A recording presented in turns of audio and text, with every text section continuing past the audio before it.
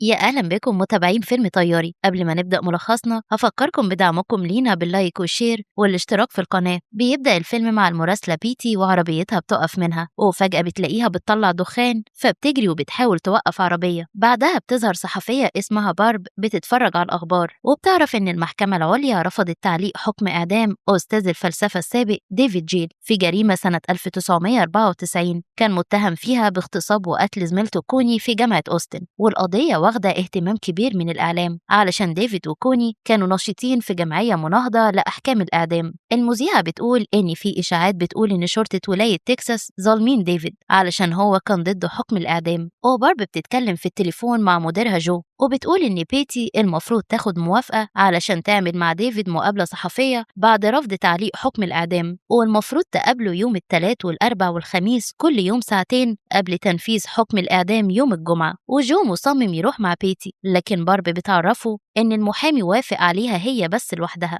بعدها بيتي بتوصل عند بارب ومش فاهمة ليه المحامي اختار إن هي اللي تقابل ديفيد لوحدها. بارب شايفة إن ديفيد والمحامي عارفين شغلها وفاهمين إن هي بتحب تظهر الحقيقة علشان كده طلبوها. بعدها بيدخلوا الجو وبيكون خايف على بيتي تكون لوحدها مع ديفيد ومصر إنها تاخد متدرب معاها. بعدها بيتي بتكون قاعدة مع المتدرب زاك علشان تعرف تفاصيل قضية ديفيد، وبتقوله إن الحمض النووي لديفيد كان موجود في كل مكان في بيت ضحيته، وكمان كان في جسمها علامة إنه اغتصبها، واتشاف وهو سايب بيتها ولقوا بصماته كانت في المطبخ وحتى كانت على الكيس اللي كان على جثتها. لكن زاك مش مقتنع إن كل ده أدلة قاطعة، وشايف إن الجريمة دي بشعة. مستحيل أستاذ جامعي ناجح وعنده كتابين من تأليفه يرتكب جريمة بالغباء ده، وبيقول إن مراته كمان ست جميلة وباباها كان سفير أسبانيا. وقتها بيتي بتحس إن العربية فيها حاجة غلط، وبتقف وهم في طريقهم لتكساس علشان يقابلوا ديفيد. بيلاقوا العربية سخنت وبيحاولوا يتصلوا بأي حد لكن مفيش شبكة. وقتها بيقف واحد بالعربية لابس كاب راعي البقر وبيبص عليهم، بس من الضلمة هما مش شايفينه. تاني يوم بيكونوا قاعدين في فندق، وده بيكون اليوم الأول اللي المفروض بيتي تقابل فيه ديفيد. وزاك بيقرا كتاب لديفيد وبيقول عليه عبقري. بعدها بيروحوا تكساس وبيقابلوا ديو مدير العلاقات العامة في قسم العدالة الاجتماعية. بيعرفهم إن مكان الزيارة آمن جدا، يعني ديفيد مش هيقدر يأذيهم، وبيتأكد إن هما الاتنين مش مسلحين وبياخد منهم التليفونات.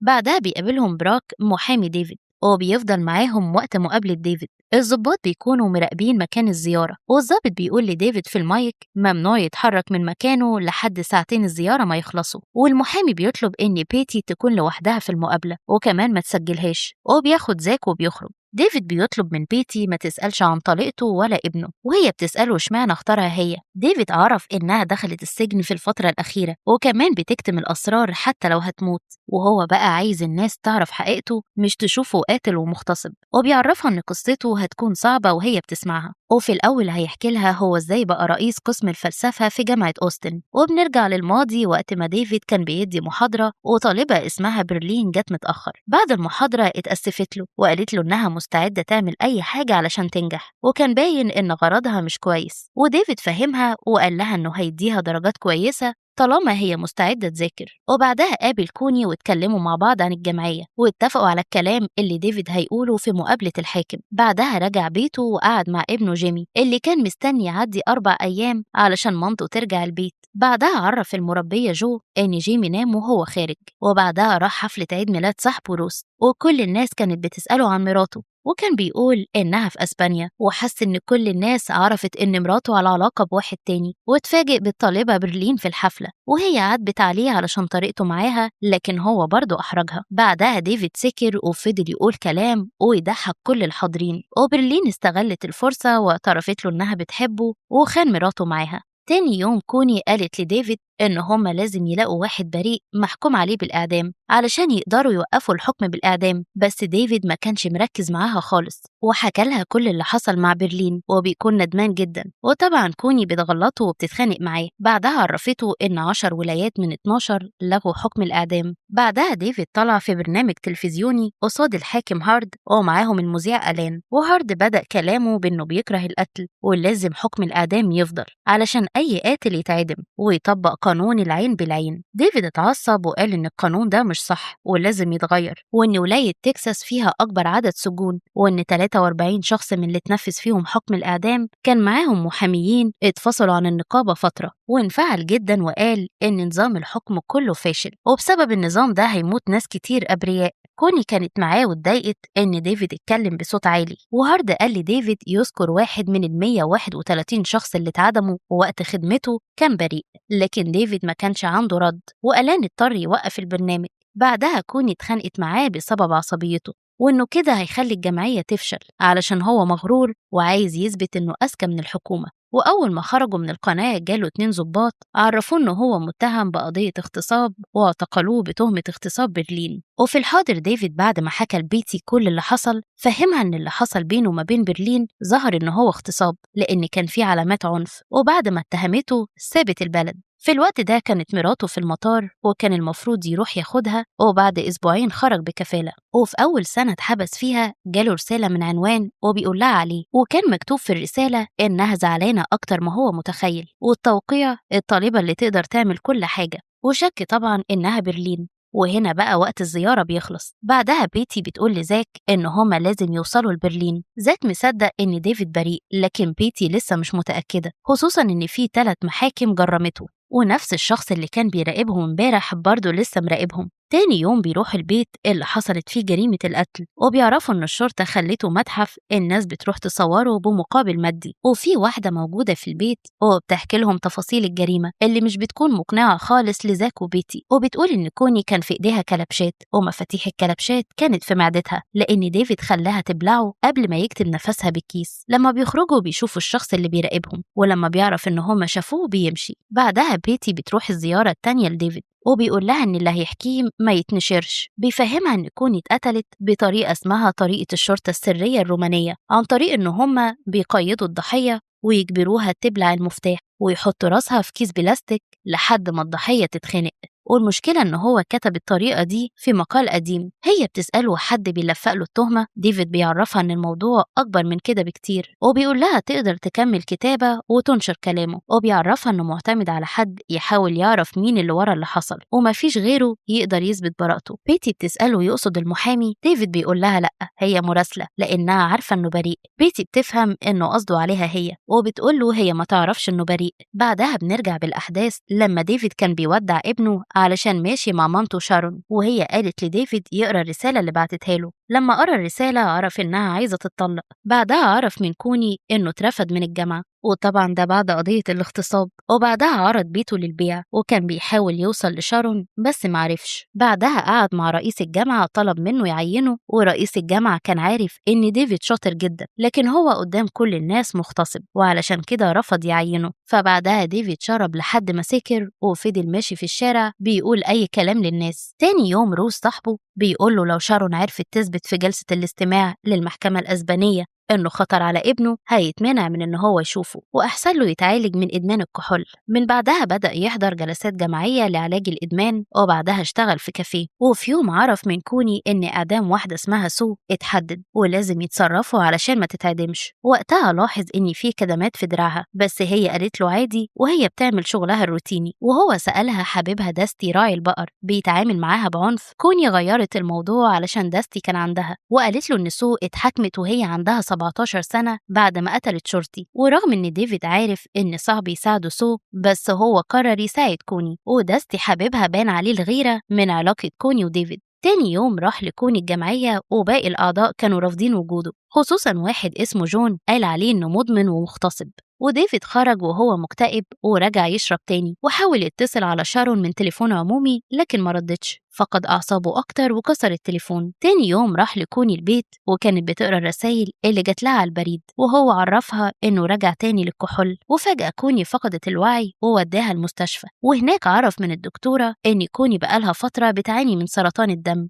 وفي الحاضر ديفيد بيحكي لبيتي وهو بيعيط، وبيعرفها لما كوني عرفت إنها بتموت كانت عايزة تساعد الناس وتنقذهم من الموت. وقت الزيارة بيخلص، وبيتي وزاك بيروحوا يباتوا في فندق. وبيلاقوا حد سايب أوضة بيتي مفتوحة وجواها شريط فيديو مكتوب عليه اسمها. بعدها بيسألوا صاحبة الفندق، بيعرفوا إن محدش دخل الأوضة لأن المفتاح معاها هي وجوزها بس، ومحدش سأل عنها. بيشغلوا الفيديو بيكون لكوني وهي بتعافر مع الموت لما كانت بتتخنق بالكيس البلاستيك. تاني يوم وهو اليوم التالت وآخر مقابلة لبيتي مع ديفيد قبل ما يتعدم بكرة، وبيتي بتقول لزاك إنها عايزة تبعت الفيديو لمجلة، وشايفة إن ممكن الفيديو يكون دليل براءة ديفيد، وشايفة إن اللي بعت لها الفيديو تبع الناس اللي لفقوا الجريمة لديفيد، وعارفين إنها تروح تقوله ومش هتلحق تساعده. ومش غرضهم إعدام ديفيد بس، غرضهم يدمروا كل حاجة تخصه، حتى الناس لما تفتكروا يقولوا إنه هو مغتصب وقاتل، وإنه كان عايز يلغي الإعدام علشان هو قاتل زيهم. بعدها بيتحركوا بالعربية، بيلاحظوا إن نفس الشخص مراقبهم، لما بيشوفهم بيمشي. بعدها هي بتروح للمحامي بتديله نسخة من الفيديو، وهو شايف إن الفيديو مش دليل براءة ديفيد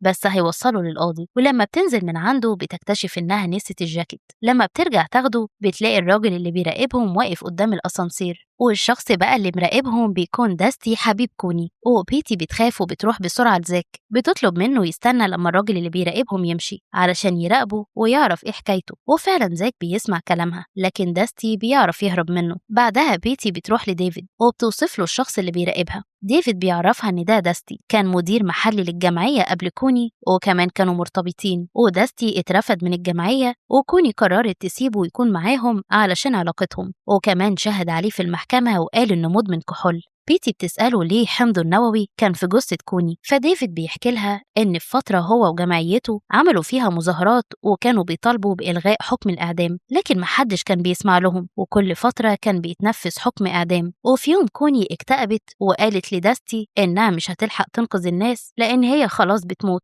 وفي ليلة قعدت مع ديفيد في بيته وقالت له ما يسيبهاش، وفضل ديفيد قاعد معاها طول الليل وحصل ما بينهم علاقة. وتاني يوم الصبح داستي راح لها، وبالليل هو اتقبض عليه بتهمة اغتصابها وقتلها. وبيتي بتقول لديفيد إن ممكن يكون داستي هو اللي قتلها لما اكتشف اللي حصل ما بينهم. ديفيد بيعرفها إنه ما قدرش يثبت ده، ولأن بكرة هيتنفذ الإعدام الساعة 6 بيطلب منها تحاول تثبت براءته حتى لو اتعدم، علشان ابنه لما يكبر يعرف إن باباه بريء.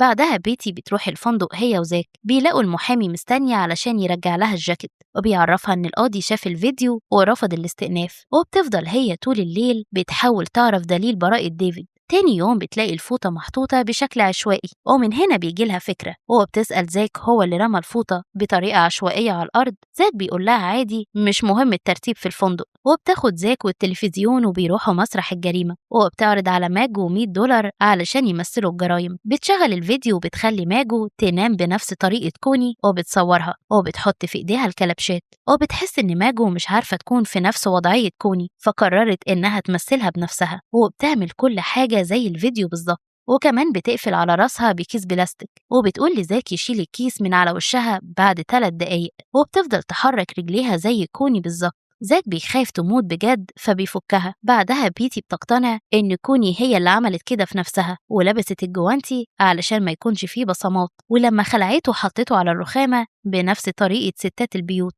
إنما لو في قاتل كان زمانه رمى الجوانتي بشكل عشوائي زي ما زاك رمى الفوطة. زاك بيسألها إيه لازمة الكلبشات، فبتقوله الكلبشات علشان تمنع نفسها من قطع الكيس لما تحس إنها بتموت، زي ما هي كانت بتحاول تقطع كيس لما حست إنها بتتخنق. وأكيد كان هدفها إن واحد بريء يتهم بقتلها، ووقتها تثبت للعالم كله إن في أبرياء بيتحكم عليهم بالإعدام، وكده تبقى وصلت رسالتها بعد ما ماتت. بعدها بيوصلوا لرقم داستي، وزاك بيتصل بيه بيطلب يقابله علشان بيتي تروح بيته وتفتشه. وفعلا بتلاقي فيديو بيظهر فيه كوني وهي بتلبس الكيس وبتربط نفسها. وقتها بيتي بتنهار من اللي بتشوفه، وكمان فاضل أقل من ساعة على ميعاد إعدام ديفيد. فجأة زاك بيجيلها وبيقول لها لازم يمشوا قبل ما داستي يوصل، وبيخرجوا يجروا بسرعة، وداستي بيكون واقف بيبص عليهم، وهو كان غرضه أصلا إن هم يوصلوا للفيديو. وزاك بيمشي بسرعة علشان يقابل أي حد يقدر يعطل حكم الإعدام. وبيتي المفروض تروح لديفيد،